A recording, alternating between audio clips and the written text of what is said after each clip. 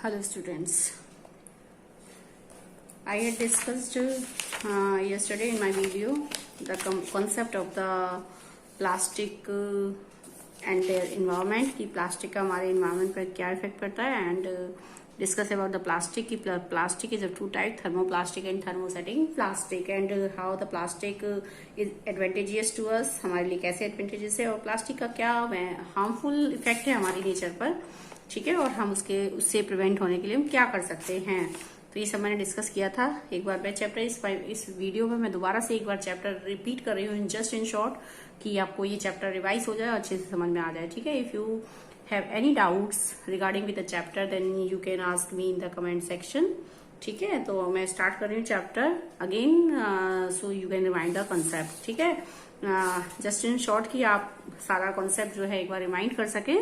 तो देखिए क्या पढ़ा था हमने इस चैप्टर के बारे में कि इसमें दो कॉन्सेप्ट हैं आपके, सिंथेटिक फाइबर्स, ठीक है, सिंथेटिक फाइबर्स एंड प्लास्टिक, ठीक।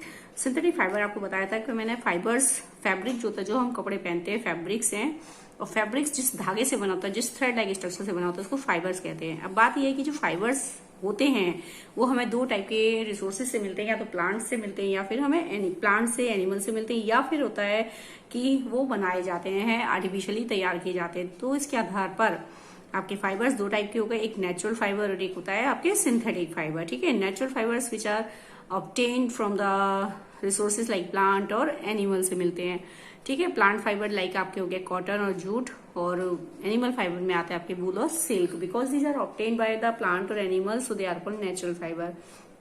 But in the case of synthetic fiber, synthetic क्यों है, फाइबर सिंथेटिक क्यों है, because these are made in industry by using of different type of chemicals, so they are called synthetic and they are man made because these are made by the human beings, so these are also called man made fiber कहलाते हैं, ठीक है। इसके बाद मैंने आपको बताया था हम, क्योंकि हमारे चैप्टर का नाम क्या है, सिंथेटिक फाइबर और प्लास्टिक, इस चीज के बारे में डिस्कस कर रहे थे। तो सिंथेटिक फाइबर क्या होता है, आपको मैंने बताया था कि सिंथेटिक फाइबर जैसे कि फॉर एग्जांपल कि सिंथेटिक फाइबर किस चीज से बना होता है, हम इसके बारे में बात करेंगे। तो सिंथेटिक फाइबर जस्ट लाइक यहाँ पर देख रहे हैं मोती की माला है या पेपर क्लिप्स की चेन है, जस्ट लाइक कि यहाँ पर जो स्मॉल बीड्स हैं, ठीक है, एक एक स्मॉल बीड्स को डाला गया है और एक लॉन्ग चेन तैयार की गई है, ठीक इसी प्रकार से यहाँ पे एक एक पेपर क्लिप को डाला गया है और एक लॉन्ग चेन तैयार की गई है, ठीक है। ठीक इसी प्रकार से सिंथेटिक फाइबर भी ऐसे ही एक एक छोटे छोटे मोती like structure, beads like structure को डाल के बनाया गया है। It mean synthetic fibre is a long chain, एक लॉन्ग चेन है। किसकी लॉन्ग चेन है, एक स्मॉल यूनिट की लॉन्ग चेन है। This small unit is called आपके मोनोमर। मैंने स्मॉल यूनिट का नाम बताया था आपको कि जिस टाइप से एक मोती की माला के छोटे छोटे मोती होते हैं, छोटे छोटे मोती को एक साथ स्ट्रेट चेन में पिरोया गया है, ठीक इसी प्रकार से आपके synthetic fibre it is also a long chain of the small unit, ठीक है। एक स्मॉल चेन है, देखिए synthetic fibre is a long chain is a chain of small unit join together. मैंने आपको बताया था कि सिंथेटिक फाइबर भी जस्ट लाइक इस ऐसे छोटे छोटे बीड्स लाइक स्ट्रक्चर्स को एक स्ट्रेट चेन में डालकर बनाया गया है, स्ट्रेट चेन में लेके बनाया गया है, ज्वाइन किया गया है। लेकिन यहाँ पर ये बीड्स नहीं है, these are the small units, this is actually chemical substance. क्या है ये, केमिकल सब्सटेंस है, एंड दिस केमिकल सब्सटेंस और we can say this small unit नाम बताया था दैट इज द मोनोमर। क्या कहलाती है ये, मोनोमर, समझ में रही है। तो अगर मैं यहाँ बात करूं तो आपकी जो चेन है, ये जो चेन है इसकी स्मॉल यूनिट है, एक स्मॉल बीड है ये, दिस इज द मोनोमर। मैं अगर इसको कहूँ एक छोटा मोती है, दैट इज द मोनोमर। क्या कहलाएगा ये, मोनोमर। तो ठीक इसी प्रकार से सिंथेटिक फाइबर भी एक लॉन्ग चेन है, just like the chain of beads की जो चेन है, ठीक इसी प्रकार से। और इसमें सिंथेटिक फाइबर की जो चेन है उसमें स्मॉल बीड्स लाइक स्ट्रक्चर है, दैट इज द मोनोमर। क्या कहलाता है, monomer. But it is not a Beed, it actually a chemical substance, एक केमिकल सब्सटेंस है, so this is called the monomer. अब ठीक है, तो मोनोमर को जोड़ जोड़ के एक स्ट्रेट चेन में वो जोड़ा गया है, एक लॉन्ग चेन तैयार की गई है, long chain of monomer, that is called polymer. क्या कहलाती है, polymer। long chain, many such small units combine to form a large single unit called a polymer। बहुत सारी स्मॉल यूनिट्स को कंबाइन करके एक लार्ज यूनिट बनाई गई है, ठीक है। This large unit is called polymer. क्या कहलाती है ये, polymer. So many such small units combine to form a large single unit. इन बहुत सारी छोटी छोटी यूनिट्स को जोड़ जोड़ के एक बड़ी यूनिट तैयार की गई है, that is called the polymer. क्या कहलाती है ये हमारी, पॉलीमर। समझ रहे बात। तो वी कैन से कि आपका synthetic fibre is a polymer. Synthetic fibre आपका क्या है, एक पॉलीमर है, because it is made by the small units called monomer, क्योंकि वो एक छोटी छोटी स्मॉल यूनिट से बना हुआ है जिनको हम क्या कहते हैं, monomer. So we can say synthetic fibre is a monomer. क्या कहलाता है, monomer. The word polymer comes from the 2 Greek words, जैसे कि मैंने आपको बताया था कि पॉलीमर 2 शब्दों से मिलकर बनाया। अगर हम इसको ब्रेक डाउन करें तो पॉली मतलब मैनी और मर का मतलब पार्ट्स, बहुत सारे पार्ट्स। वही मैंने आपको बताया, जैसे मोती की माला में बहुत सारे पार्ट्स है, बहुत सारे मोती, ठीक इसी प्रकार से सिंथेटिक फाइबर में भी छोटे छोटे पार्ट्स होते हैं जिनको एक स्ट्रेट चेन में पिरोया गया है, स्ट्रेट चेन में ज्वाइन किया गया है। So this is called the polymer. क्या कहलाता है ये, polymer. So we can say polymer is made of many repeating units. हाँ ठीक है, एंड दिस रिपीटिंग यूनिट, इन रिपीटिंग यूनिट का नाम क्या है, दैट इज द मोनोमर। क्या कहलाती है ये, मोनोमर। ठीक है, अब मैं आगे डिस्कस कर रही हूँ इसमें।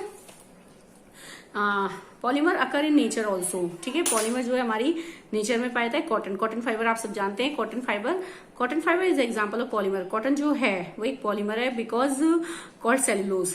कॉटन इज ए पॉलीमर, उसका जो कॉटन का जो थ्रेड होता है वो एक पॉलीमर है। इस पॉलीमर का नाम क्या है, cellulose. And cellulose is made up of, cotton का धागा इट इज द सेलुलोज। ठीक है, सेलुलोज फाइबर है and it is made by the small unit, और उसकी मोनोमर यूनिट का नाम क्या है, ग्लूकोज यूनिट। ठीक है, मैंने आपको बताया था। अब हम बात करते हैं सिंथेटिक फाइबर के बारे में। ठीक है, सिंथेटिक फाइबर सबसे पहला रेयन आपको बताया था कि रेयन जो है एक ऐसा सबसे पहले बनाया जाने वाला पहला फाइबर है, क्योंकि सबसे rayon it is also called artificial silk. क्या कहलाता है, सिल्क। देखिए सिल्क के बारे में आपने पढ़ा है कि सिल्क एक ऐसा नेचुरल फाइबर है जो कि हमें किससे मिलता है, सिल्क वॉर्म से। ठीक है, बहुत ज्यादा फैसिनेटेड है, बहुत ज्यादा इसकी शाइनिंग अपीयरेंस है, लोग इसकी ओर अट्रैक्ट होते हैं और काफी कॉस्टली भी है।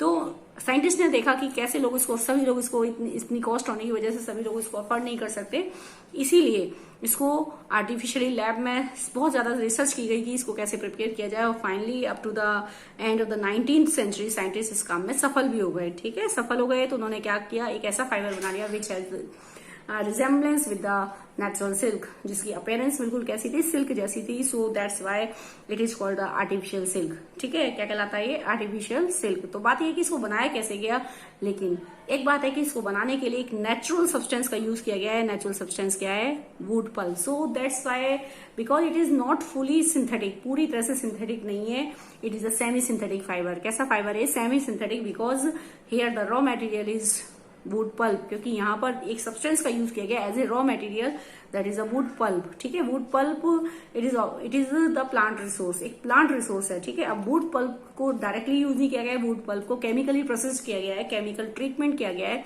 और उससे जो फाइबर तैयार किया जाता है दैट वाज द रेयन। क्या कहलाया वो, rayon, and has the just like silk, so it has the silk like appearance, so it is called artificial silk. क्या कहलाया ये, आर्टिफिशियल सिल्क कहलाया। समझ रहे बात। सो it is a semi synthetic fibre. कैसा फाइबर है, semi synthetic, it is not the fully synthetic नहीं है, because it is obtained by the wood pulp. ठीक है, वुड पल्प का यूज किया गया as a raw material, and after the treatment, chemical processing की गई है, और उसके बाद एक नया फाइबर तैयार किया गया, दैट वाज द आपका कौन सा है, आर्टिफिशियल सिल्क। कई सारे इसको कलर दे सकते हैं, कॉटन के साथ मिक्स कर सकते हैं, बेडशीट में काम आ सकता है, सिल्क के फाइबर के साथ, सॉरी वूल के फाइबर के साथ मिक्स करते हैं कारपेट में, तो इसलिए बहुत ज्यादा फैसिनेटेड है और चीपर भी है। ठीक है, तो लोग उसको आसानी से यूज कर सकते हैं, इजिली यूज करते हैं। नेक्स्ट बात करते हैं हम नायलॉन फाइबर। ठीक है, nylon fibre is another man made fibre. Nylon fibre वो फाइबर है जो कि पूरी तरह से सिंथेटिक है, फुल्ली सिंथेटिक फाइबर है। It means it is only dependent, यहाँ पर जो रॉ मटेरियल यूज किया पूरी तरह से कैसा है, फुल्ली यहाँ पर जो रॉ मटेरियल है इसका, that is the chemical substance, पूरी तरह से केमिकल है।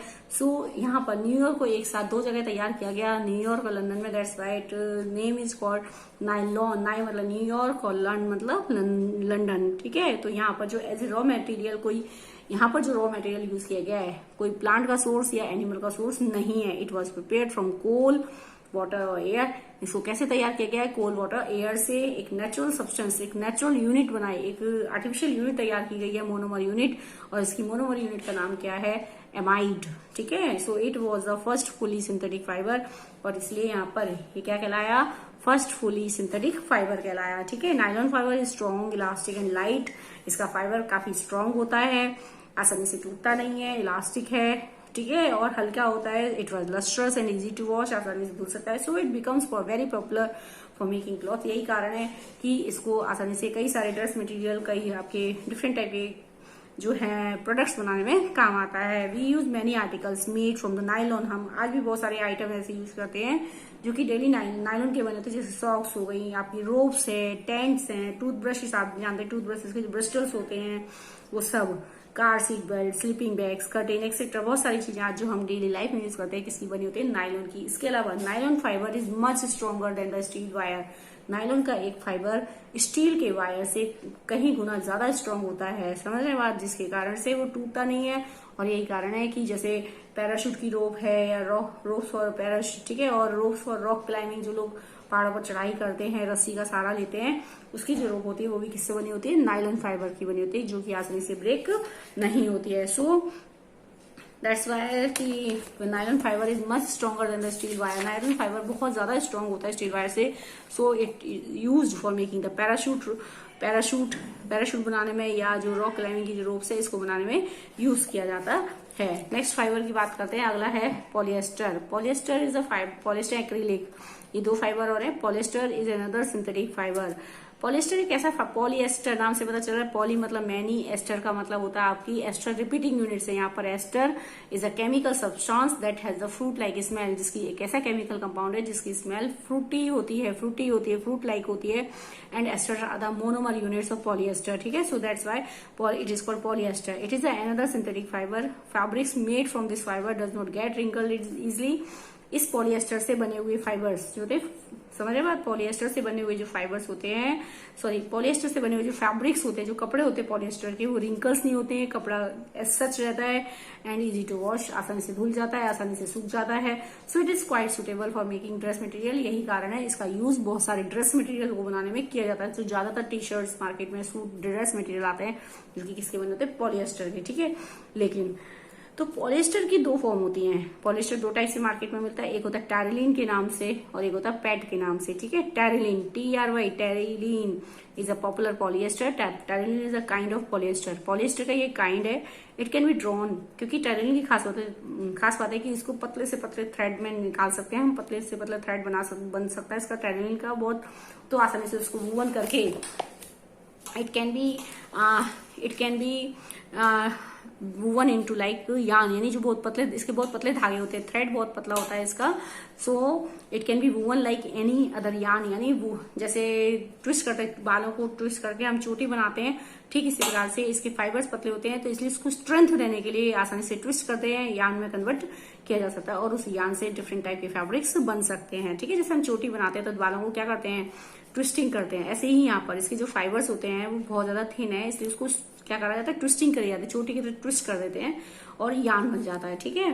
तो एक और फाइबर है हमारे पास PET, PET, इसका नाम मैंने आपको बताया था जब समझाया था chapter, PET, polyethylene टेरिथैलेट, polyethylene, polyethylene, ETHYLENA, phthalate, PHTHALATE, polyethylene टेरिथैलेट is another kind of the polyester. ये भी एक पॉलिएस्टर है। It is very familiar from the polyester, ठीक है। It is use for making bottles, utensils, मतलब कंटेनर्स वगैरह, आपको market में पानी की बॉटल्स वगैरह आती हैं वो PET की बॉटल्स होती हैं, wires, many other useful products. इसका यूज बहुत सारे यूजफुल प्रोडक्ट्स बनाने में किया जाता है। It is a kind of the polyester, ठीक है।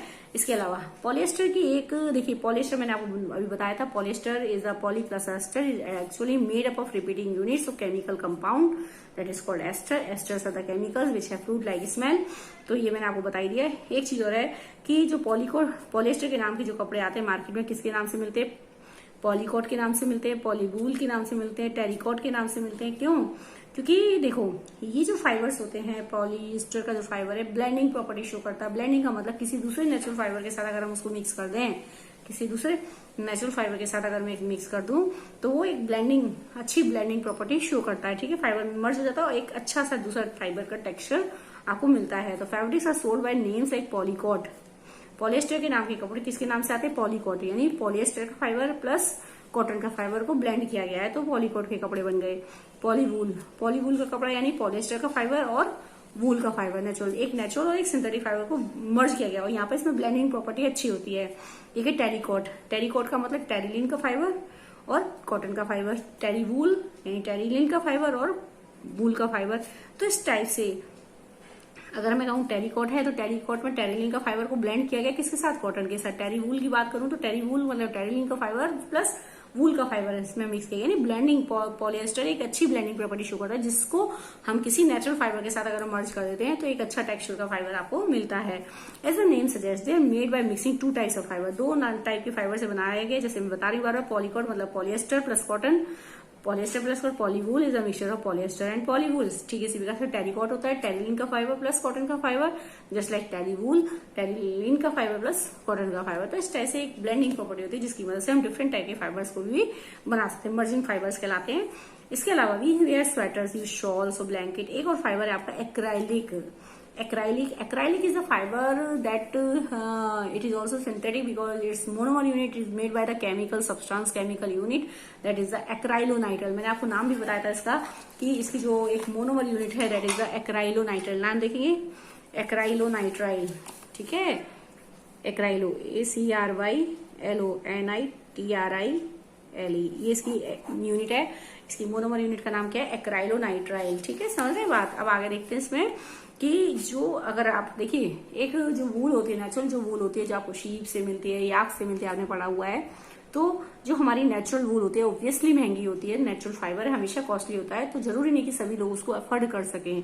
ठीक है, तो मार्केट में उसके ऑल्टरनेटिव पे एक और नई जो वूल जैसी अपीयरेंस होती है, तो एक और फाइबर के फैब्रिक्स आते हैं मार्केट में, उस फाइबर का नाम है एक्रिलिक। ठीक है, acrylic fibre, synthetic fibre which has the resemblance like वूल।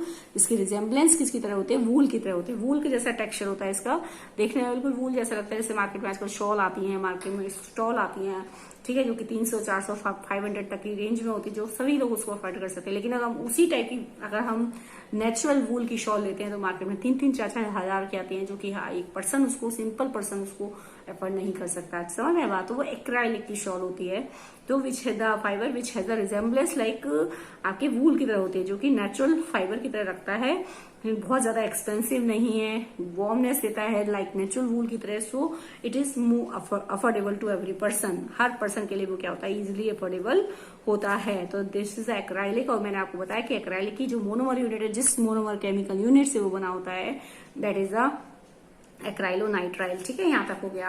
आगे हम देखते हैं इसमें, फिर मैंने क्या बताया था आपको कि you have already performed an activity by burning natural synthetic fibre. ठीक है, आपने पढ़ा हुआ है कि नेचुरल फाइबर और सिंथेटिक फाइबर की बर्निंग एक्टिविटी क्या है। But it you observe when you burn synthetic fibre you find that the behaviour is different from the natural fibre. देखिए, अगर हम नेचुरल फाइबर को जब बर्न करते हैं तो वो एक एश प्रोड्यूस करता है, लेकिन अगर मैं सिंथेटिक फाइबर को बर्न करती तो आप देखो वो झुलसता जाएगा, मेल्ट हो जाता है। You must have notice the synthetic fibre melt on heating, यानी सिंथेटिक फाइबर क्या होता है? मेल्ट होते हैं हीट करने पर, because these are made by chemicals. ठीक है, this is actually a disadvantage synthetic fibre. ये एक बहुत बड़ी डिसएडवांटेज है, क्योंकि अगर हम सिंथेटिक फाइबर का कपड़ा पहन के किसी किचन में काम करते हैं, कहीं लेबोरेटरीज में काम करते हैं, और सडनली अगर वो आग लग जाती है, तो वो हमारा जो कपड़ा है सिंथेटिक फाइबर का, जो फैब्रिक हमने पहना हुआ है, वो हमारी बॉडी से क्या हो जाएगा? स्टिक हो जाएगा। ठीक है, और बहुत ज्यादा डिजास्टर्स हो सकता है कि अगर वो स्टिक हो गया तो जब हम उसको निकालेंगे तो हमारी स्किन को भी वो निकाल सकता है साथ में। So we careful, we should careful while working in the kitchen और in the laboratory while wearing the synthetic cloth. तो हमें बिल्कुल सावधानी बरतनी चाहिए अगर हम इस टाइप का कपड़ा कुछ पहन के काम कर रहे हैं किचन में या अदर लेबोरेटरीज में। ठीक है, ठीक, समझ में? आगे देखते हैं। अब देखिए, सिंथेटिक फाइबर जो हमने पढ़ा अब तक, सिंथेटिक फाइबर को बनाने के लिए एक मोनोमर यूनिट का यूज हो रहा है। मैं बार बार बता रही हूँ, synthetic fibre is made by the small unit just like beads.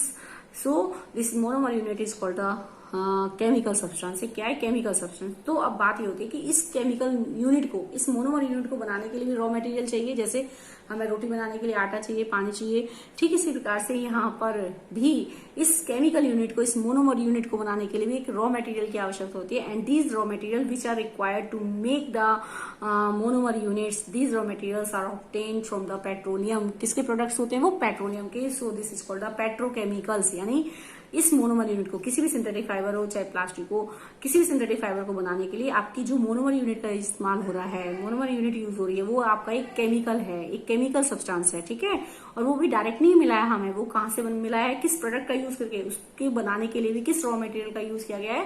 Petroleum products का। ठीक है, so we can say this तो जिस रॉ मटेरियल का वो यूज किया गया, दीज आर द पेट्रोकेमिकल्स। क्या कहलाते हैं वो? Petrochemicals. All the synthetic fibres are prepared by number of processing using raw material of petroleum origin, यानी उस मोनोमर यूनिट को बनाने के लिए जिस रॉ मटेरियल का यूज किया जाता है, ठीक है, वो रॉ मटेरियल कहां से मिलते हैं? पेट्रोलियम से। So we can say this substances, this raw materials are called petrochemicals. उन रॉ मटेरियल्स को हम क्या कहते हैं? पेट्रोकेमिकल्स। चाहे आपके देखो सिंथेटिक फाइबर हो, चाहे सिंथेटिक डाई हो, चाहे पेंट हो, हर एक चीज जिस केमिकल, ये सब चीजें किससे बनी है? सिंथेटिक है, ये केमिकल से बनी है, ठीक है, समझ रहे बात। और ये सब चीजें पेंट हो चाहे डाई हो, किसी भी टाइप की, ये सब चीजें आपकी सिंथेटिक मटेरियल हैं।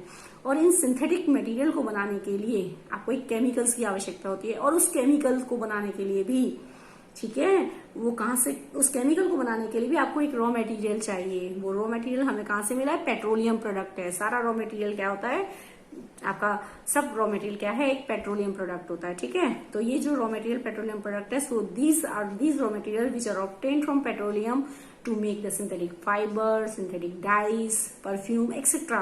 सो दीज आर कॉल्ड पेट्रोकेमिकल्स। क्या कहलाते हैं ये? पेट्रोकेमिकल्स। यानी पेट्रोकेमिकल्स वो सब्सटेंस है, वो रॉ मटेरियल्स हैं जो हमें किससे मिलते हैं? पेट्रोलियम से, ठीक है। और उन पेट्रोकेमिकल्स का यूज करके हम उनसे सिंथेटिक फाइबर बना सकते हैं, प्लास्टिक बना सकते हैं, डाई बना सकते हैं, सो मेनी प्रोडक्ट्स उससे हम बना सकते हैं, ठीक है। आगे देखते हैं कैरेक्टरिस्टिक ऑफ सिंथेटिक फाइबर। लोग सिंथेटिक फाइबर ये यूज क्यों करते हैं? क्योंकि देखो बार बार मैं बता रही हूँ, नेचुरल फाइबर महंगा होता है, सभी इसको अफोर्ड नहीं कर सकते, तो ऑब्वियसली ये चीपर है देन द नेचुरल फाइबर, तो आसानी से सभी लोगों को क्या कर सकते हैं? अफोर्ड कर सकते हैं।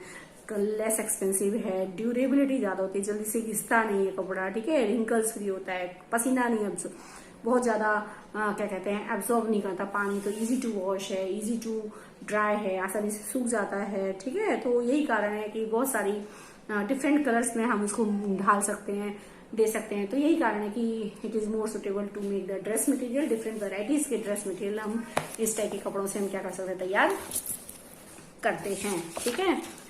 तो इस टाइप से हम जो है यूज करते हैं सिंथेटिक फाइबर से डिफरेंट टाइप की ड्रेस मटेरियल यूज की बनाई जाती है। आगे देखते हैं, ठीक है। अब नेक्स्ट बात करते हैं प्लास्टिक के बारे में। प्लास्टिक जैसे कि आई होप सो कि you can remind the topic and the topics will clear.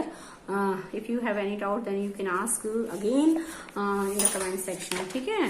Plastic के बारे में बात करते हैं। Plastic is a synthetic. हम प्लास्टिक को क्या कहते हैं? मैं बार बार कल भी मैंने बताया था, plastic is a synthetic product. एक सिंथेटिक प्रोडक्ट है, और सिंथेटिक का मतलब क्या होता है कि आप प्लास्टिक को किससे बना रहे हैं? केमिकल से बना रहे हैं, ठीक है। और केमिकल से कोई चीज कहाँ बनाई जाती है? इंडस्ट्री में। So we can say plastic is a synthetic substance. एक सिंथेटिक सब्सटेंस है, it means it is a man made substance and it is made by the chemicals in industry. So and plastic is just like the synthetic fibre. एक बात है कि plastic कैसी है? एक synthetic fibre की तरह है। Plastic just like the synthetic fibre. किसी तरह होती है प्लास्टिक? सिंथेटिक फाइबर की तरह। हमने इसको सिंथेटिक फाइबर की तरह क्यों कहा? क्योंकि synthetic fibre is made by the small unit. आपको मैंने बताया कि plastic is equivalent to synthetic fibre, just like synthetic fibre की तरह। क्यों? क्योंकि सिंथेटिक फाइबर एक स्मॉल यूनिट से बना है, ठीक है। उस स्मॉल यूनिट, केमिकल यूनिट का नाम क्या है? Monomer. Just like plastic is also A synthetic fibre, because plastic is also made by the small chemical unit. Plastic भी एक स्मॉल केमिकल यूनिट से बनी है, ठीक है। किस केमिकल यूनिट से बनी है? This chemical unit is called monomer. वो क्या कहलाती है? सच मोनोमर कहलाती है, ठीक है। वो प्लास्टिक भी just like the synthetic fibre small chemical unit से तैयार की गई है, जिनको एक जोड़ा गया है, joint one to another joint किया गया है, ठीक है। और उस केमिकल यूनिट का नाम क्या होता है? मोनोमर। यानी plastic is also a polymer. तो बहुत सारी मोनोमर यूनिट को जोड़ के, जैसे सिंथेटिक फाइबर एक पॉलीमर है क्योंकि उसमें बहुत सारे मोनोमर्स को एक ज्वाइंट किया गया है स्ट्रेट चेन में, ठीक इसी प्रकार से plastic is also a polymer. एक पॉलीमर है। क्यों? क्योंकि उसको बनाने के लिए बहुत सारी क्या यूज की गई है? मोनोमर यूनिट्स यूज की गई है, समझ रहे? So we can say just like the synthetic fibre, plastic is also a polymer. Plastic भी क्या है? Polymer, because it is made by the small chemical units called monomer. क्योंकि वो भी स्मॉल केमिकल यूनिट से तैयार किया गया है प्लास्टिक।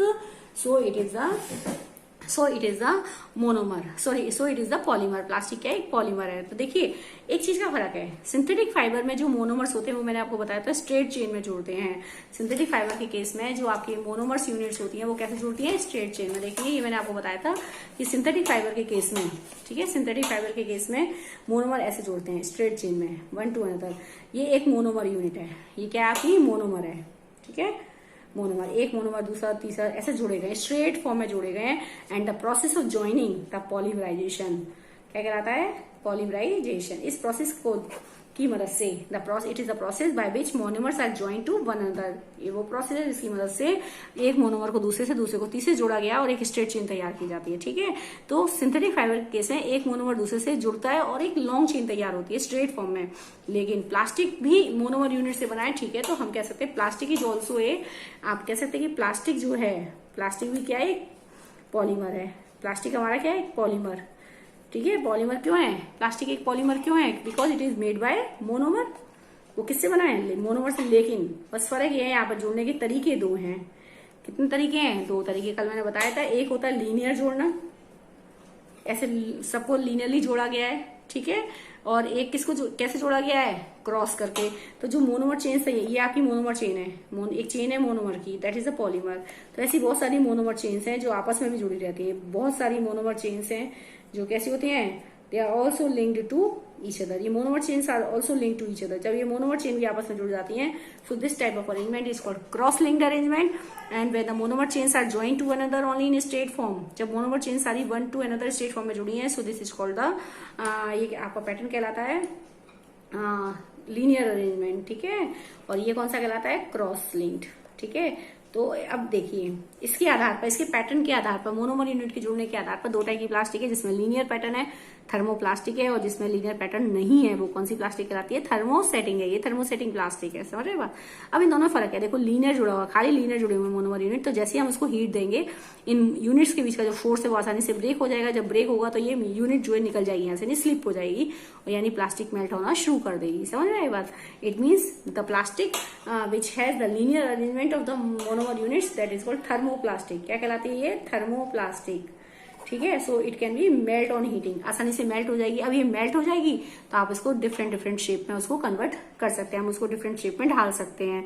ठीक है, आप उसको डिफरेंट शेप दे सकते हैं क्योंकि सॉफ्ट हो जाती है आसानी से। ठीक है, और जब ये डिफरेंट शेप में आ जाएगी, आपने एक बार यूज कर लिया, आपने मार्केट में दे दी, रिसाइकल हो गई, दोबारा से रिसाइकल कर सकते हो, नई शेप में बन के आ जाएगी। So it can be moulded again and again, हम इसको नई शेप में बार बार ढाल सकते हैं। अगर मैं इसकी बात करूं क्रॉस लिंक, ऐसी प्लास्टिक जिसमें ये वाला अरेंजमेंट होता है, क्रॉस वाला अरेंजमेंट होता है, दैट इज थर्मोसेटिंग प्लास्टिक। क्या कहलाती है? Thermosetting plastic. ठीक है, थर्मोसेटिंग प्लास्टिक। थर्मोसेटिंग प्लास्टिक में क्या होता है? देखो मोनोमर चेन्स भी आपस में जुड़ी हुई हैं, इसका मतलब यहाँ पे मोनोमर्स के बीच में फोर्स ऑफ अट्रैक्शन इसके कंपैरिजन में कई गुना ज्यादा है। तो जब हम इसको हीट देते हैं तो ये जो है फोर्स ब्रेक नहीं होता, इनके बीच का फोर्स ब्रेक नहीं होता, जिसके कारण से जो मोनोमर यूनिट से अपनी पोजीशन से हटती नहीं है, यानी अपनी पोजीशन को स्लिप नहीं करती हैं। ठीक है, और जब यही कारण है तो वो जो प्लास्टिक है वो मेल्ट ही नहीं होती है, क्योंकि जब मोनोमर्स अपनी यूनिट को, अपनी जगह को नहीं छोड़ेंगे तो वो मेल्ट नहीं होगी। इट मीन्स कि ये जो है plastic, thermosetting plastic, melt does not melt upon heating, melt नहीं होती है। आप इसको ब्रेक कर सकते हैं, प्लास्टिक टूट तो जाएगी लेकिन ये मेल्ट नहीं होती है। So it can be moulded only one time. जब ये मार्केट में आती है तो एक ही बार शेप आ सकती है इसकी, हम इसको दोबारा नई शेप में नहीं ढाल सकते, हम दोबारा इसको रिन्यू नहीं कर सकते। It can not be soften upon heating, soft नहीं होती, so it can not be moulded, so that's why it can not be recycled. जब सॉफ्ट ही नहीं होगी तो रिसाइकल होती नहीं है, अब यूजलेस हो जाती है। ठीक है, so that is the thermosetting plastic. क्या कहलाती है ये? Thermosetting plastic. आप देखेंगे ये आपका कौन सा अरेंजमेंट है? Linear arrangement. In this type of arrangement show the thermoplastic and this is the cross linked arrangement, so this type of arrangement show the example of thermosetting plastic. आप आगे देखेंगे। ठीक है, plastic is a polymer like the synthetic fibre, जैसे मैंने अभी आपको बताया, और plastic do not have same type of arrangement of units, in some have linear and where some have cross linked. अभी एक्सप्लेन किया है मैंने। Plastic articles are available in the possible shape and size, क्योंकि mould कर सकते हैं तो हम डिफरेंट शेप और साइज की चीजें इससे बना सकते हैं, डिफरेंट टाइप के कंटेनर्स, डिफरेंट टाइप के आपके आर्टिकल्स बन सकते हैं। The fact is the plastic is mouldable, can be shaped into another form, बहुत सारी शेप में हम इसको डाल सकते हैं। सो plastic can be recycled, reused, coloured, melt, ये सब कर सकते हैं, and made into the wires.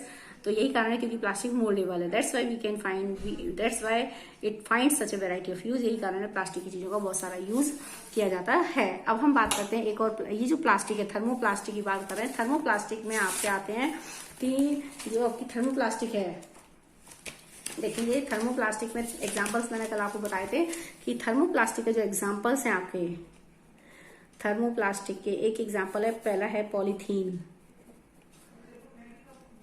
Thermoplastic का एग्जाम्पल क्या है? Polythene. It is made by the two parts, poly plus ethene. Poly plus ethene, दो सब्सटेंस से बनी है। पॉली मतलब मैनी, इथीन मतलब मोनोमर यूनिट। बहुत सारी मोनोमर यूनिट को स्ट्रेट, क्योंकि थर्मोप्लास्टिक पढ़ रहे हैं तो इथीन के बहुत सारे मोनोमर यूनिट आपस में स्ट्रेट फॉर्म में ऐसे जुड़े हुए हैं, ठीक है। और क्या सब्सटेंस बनता है? पॉलीथीन। और generally it is use to make the carry bags, इससे क्या बनाए जाते हैं? कैरी बैग्स बनाए जाते हैं, ठीक है। दूसरा आता है आपका पीवीसी प्लास्टिक। पीवीसी इसकी फुल फॉर्म क्या है? पॉली और प्लस पॉली मतलब बहुत सारी, कौन सी मोनोमर यूनिट है? Vinyl chloride. विनाइल क्लोराइड एक केमिकल सब्सटेंस है, विनाइल क्लोराइड, ठीक है। और वही सीधी बात है, ये भी केमिकल यूनिट है जो कि आपके इनको बनाने के लिए भी रॉ मटेरियल यूज किया गया है, which is obtained from the petroleum, so these are called petrochemicals कहलाते हैं वो रॉ मटेरियल्स। तो यहाँ पर बात करते हैं पीवीसी पॉलीविनाइल क्लोराइड, यानी यहाँ पर जो मोनोमर है ये आपका एक मोनोमर है, सब्सटेंस है। इस मोनोमर को हम कहते हैं विनाइल क्लोराइड। तो बहुत सारे विनाइल क्लोराइड की यूनिट आपस में जोड़ के बनाई स्ट्रेट फॉर्म में। This is the poly structure, poly vinyl chloride, that's why it is called poly vinyl chloride कहलाता है, ठीक है। And this is in short it is called PVC, ठीक है। पीवीसी इसका आप जानते हैं वायर पे कवरिंग होती है पीवीसी की। सैनिटरी पाइप्स बनते हैं, सैनिटरी पाइप्स बनते हैं, ठीक है। और वाटर के पाइप्स बनते हैं। ये सारे स्ट्रक्चर्स हैं जो कि हम पीवीसी का यूज करते हैं। इसका क्या कारण क्या है? जहां पर पानी का काम होता है तब भी, क्योंकि रस्ट नहीं होता है। सबसे इंपॉर्टेंट बात है कि इस पर रस्ट नहीं होती है, इजी टू कैरी है, आसानी से हल लाइट इन वेट के होते हैं, तो हम आसानी से इनको यूज कर सकते हैं। तो इसके अलावा आता है आपका एक और प्लास्टिक आती है टेफ्लॉन। इसके एग्जाम्पल में आती है Teflon. Teflon is also called, इसका अनदर नेम है पॉली टेट्राफ्लोरो इथाइलिन। इसका नाम है पॉली टेट्राफ्लोरो इथाइलिन। समझ रहे बात? पॉली ये इसकी यूनिट है, टेट्राफ्लोरो इथाइलिन, PTF और E। Poly tetrafluoro ethylene, P मतलब पॉली, टेट्राफ्लोरो इथाइलिन जो केमिकल सब्सटेंस है, इसकी बहुत सारी यूनिट्स को ऐसे जोड़ के टेफ्लॉन बनाया गया। और इसका यूज ज्यादातर नॉन स्टिक जो आपके कुकवेयर्स होते हैं, नॉन स्टिक कुकवेयर हैं, इनको बनाने में किया जाता है। नॉन स्टिक बर्तन बनाने में किया जाता है। कारण क्या है नॉन स्टिक क्यों बनाया जाता है? क्योंकि इसकी खासियत, it is oil resistant substance है, ये ऑयल रेसिस्टेंट है और वाटर रेसिस्टेंट है, ठीक है। यानी इसके ऊपर तेल और पानी जो होते हैं वो स्टिक नहीं होता, तेल और पानी। यही कारण है कि टेफ्लॉन का जो यूज किया जाता है non stick substance, non stick cookwares बनाने में किया जाता है, ठीक है।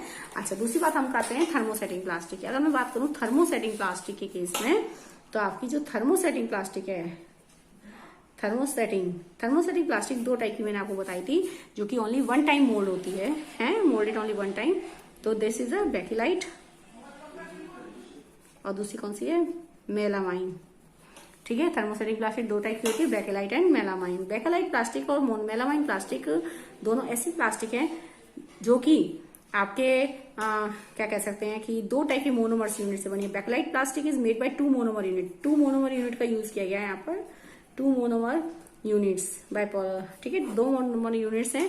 बेकेलाइट के केस में जो मोनोमर यूनिट है फिनॉल प्लस फॉर्मेल्डिहाइड, ठीक है। और मेलामाइन के केस की जो यूनिट है melamine and formaldehyde, melamine plus formaldehyde,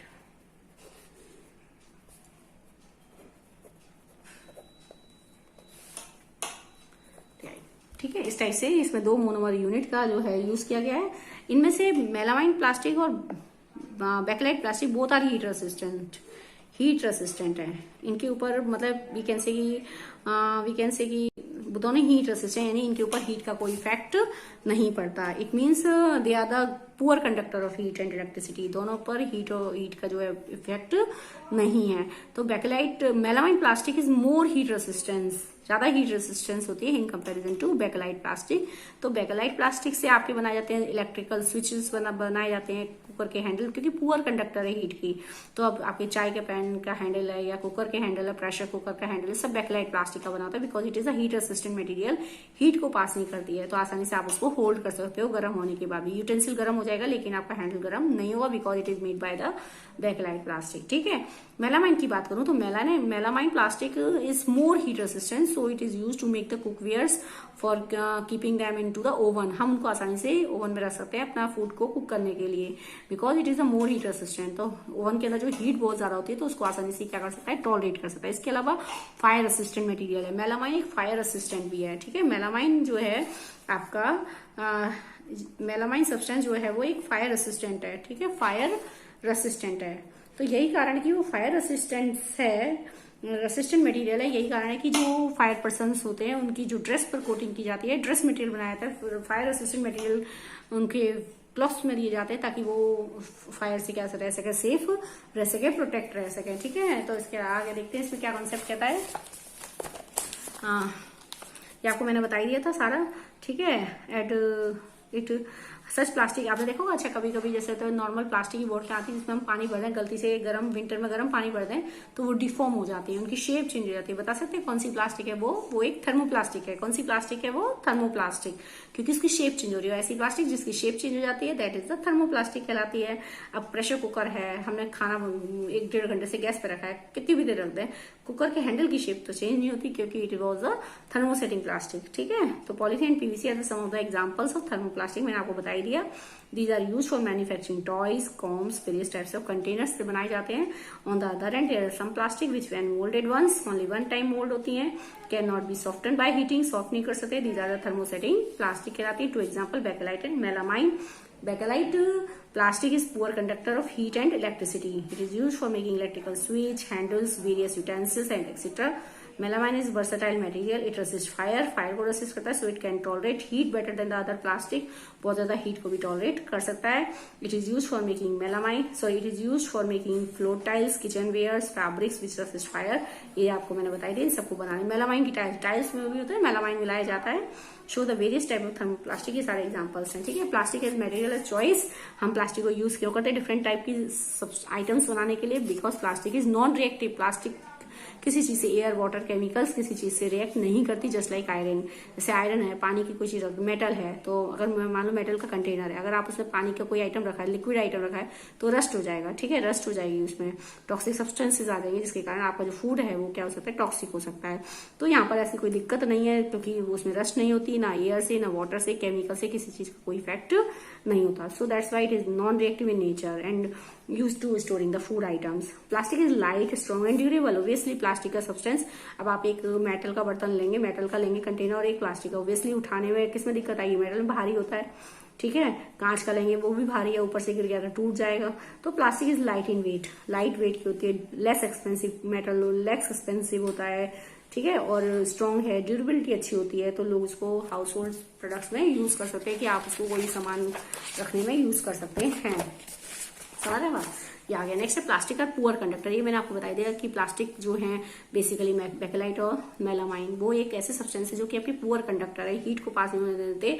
तो इसका यूज किया जाता है इलेक्ट्रिकल स्विचेस बनाने में, यूज किया जाता है कुकवेयर के जो हैंडल्स होते हैं वो बनाए जाते हैं। इसके अलावा फायरमैन के लिए जो ड्रेस मटेरियल है उसके लिए भी यूज किया जाता है। सारा ये है, जैसे स्क्रू ड्राइवर्स होते हैं, देख रहे हैं, हैंडल ऑफ स्क्रू ड्राइवर्स होते हैं, इन सबके हैंडल आपके बेकेलाइट वगैरह के बने होते हैं क्योंकि वो एक फायर रेसिस्टेंट मटेरियल है, उसके ऊपर हीट और इलेक्ट्रिसिटी का कोई इफेक्ट नहीं होता और आसानी से आप उनको क्या कर सकते हैं, होल्ड कर सकते हैं। ठीक है, अब डिड यू नो प्लास्टिक, ये कल मैंने आपको बताई दिया था कि प्लास्टिक का जो मटेरियल है, plastic find extensive use, plastic का यूज ज्यादातर health care industry, in health care industry में यूज किया था। जैसे पैकेजिंग ऑफ टैबलेट्स की पैकेजिंग होती है, थ्रेड्स बनाए जाते हैं, धागे, मतलब घाव चोट लग जाती है उस पर जो सिलाई करते हैं डॉक्टर्स, स्टिचिंग करते हैं, उसके धागे बनाए जाते हैं, नंबर ऑफ प्रोडक्ट्स बनाए जाते हैं, ग्लव्स बनाए जाते हैं, मेडिकल इंस्ट्रूमेंट है, सो मेनी मेडिकल इंस्ट्रूमेंट है which are used for making the plastic is used for in healthcare industry.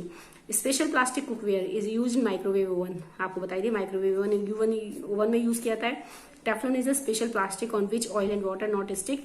Teflon भी एक स्पेशल प्लास्टिक है जिसपे ऑयल और वाटर यूज नहीं होता, नॉन स्टिक कुकवेयर में यूज किया। जैसे आप डोसा बनाते हैं, डोसे का तवा होता है, ये सब बनाने के लिए चीले का तवा है, तो इन सब पे ना क्या होता है, नॉन स्टिक कोटिंग होती है। कढ़ाई है, आजकल सब नॉन स्टिक आती है जिसके ऊपर तेल और उसका क्या कहते हैं वाटर जो है स्टिक नहीं होता, आसानी से साफ भी हो जाती है। ठीक है, दोनों ही बातें।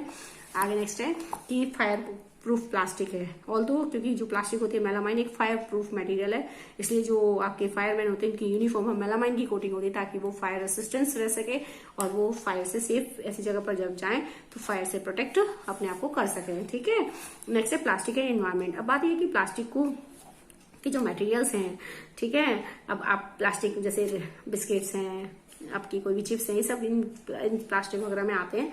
तो आप उसको डिस्पोज कैसे करें, क्योंकि प्लास्टिक एक हैजार्ड सब्सटेंस है, क्योंकि एक ऐसा सब्सटेंस है जो कि आपके इन्वायरमेंट को क्या कर सकता है, नुकसान पहुंचा सकता है।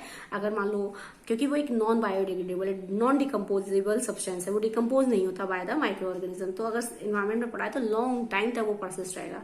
आपकी इन्वायरमेंट, आपकी सराउंडिंग गंदी रहेगी। दूसरी बात यह है कि अगर सॉइल में पड़ा हुआ है तो सॉइल में जिस पर्टिकुलर प्लेस पर पड़ा हुआ है वहां पर अंदर सनलाइट नहीं जाएगी, वहां पर सनलाइट को ऑब्स्ट्रक्ट करेगा। सनलाइट ऑब्स्ट्रक्ट होगी, सीधी सी बात है, अगर सनलाइट उसमें ऑब्स्ट्रक्ट हुई तो अंदर जो माइक्रो ऑर्गेनिज्म है वो ग्रो नहीं करेंगे। ठीक है, माइक्रो ऑर्गेनिज्म ग्रो नहीं करेंगे तो सॉइल की फर्टिलिटी क्या हो जाएगी, लूज हो जाएगी। तो हम कह सकते हैं कि इस टाइप से प्लास्टिक जो है, और ठीक है, तो हमारे अगर हम उसको बर्न करते हैं तो हमारी एयर बहुत सारी हार्मफुल गैसेस, क्योंकि केमिकल से बनाए तो बहुत सारी हार्मफुल गैसेस हैं जो कि हमारे इन्वायरमेंट में रिलीज होती हैं, जो हमारी नेचर को हार्म करती हैं। इसके अलावा अगर पानी में चला जाए, माना ड्रेन्स में चला जाता है प्लास्टिक सडनली, तो क्या होता है, अगर वो वहां फंस जाता है तो वहां से पानी ओवरफ्लो होगा, पानी तो उसके ऊपर मॉस्किटो ब्रीड कर सकते हैं, आपकी सराउंडिंग को जो है अनक्लीन बनाएंगे। दूसरी बात ये हो सकती है कि सडनली जैसे गार्बेज है, उसमें आपने प्लास्टिक की पॉलिथीन वगैरह डाल रखी हो, गाय वगैरह आप जानते हैं खाते हैं उस सामान को उसमें से, तो अगर गलती से वो प्लास्टिक खा जाती है, प्लास्टिक का आइटम कुछ खा जाती है, तो उनकी रेस्पिरेटरी सिस्टम को चॉक कर सकता है, जिससे उनकी डेथ भी हो सकती है। तो हमें क्या करना चाहिए, डिस्पोज करना चाहिए, ध्यान से करना चाहिए, ताकि ऐसी कोई प्रॉब्लम, हमारे इन्वायरमेंट से रिलेटेड कोई प्रॉब्लम क्रिएट ना हो। ठीक है, तो आगे देखते हैं इसमें। तो हम ये सब मैंने इसमें बता दिया। Since plastic take several years to decompose, तो हमें क्या, क्योंकि बहुत सारा टाइम लेते it cause burning or processing synthetic materials quite slow, so it does not completely burn. ठीक है, this process lot of poisonous fumes निकलते हैं, हमारे इन्वायरमेंट को पॉल्यूट कर सकते हैं, सब मैंने आपको बता दिया। तो हमें अब क्या करना चाहिए, इसके लिए हमें 4R प्रिंसिपल का यूज करना है, ताकि हम अपने इन्वायरमेंट को साफ सुथरा रख सकें। 4R प्रिंसिपल है यहाँ पर, reduce, reuse, recycle and recover. ठीक है, इन 4R प्रिंसिपल का यूज करते हैं तो सबसे बेस्ट तो है कि रिड्यूस कर दो, आप प्लास्टिक के आइटम को कम खरीदो। आप अगर लंच बॉक्स है तो लंच बॉक्स, स्टील का लंच बॉक्स प्रेफर करो, आप प्लास्टिक के लंच बॉक्स की तरह। मार्केट में जा रहे हैं तो कैरी करें जूट का बैग, या अपने घर का कपड़े का कोई बना हुआ बैग को कैरी करें instead of the plastic bag.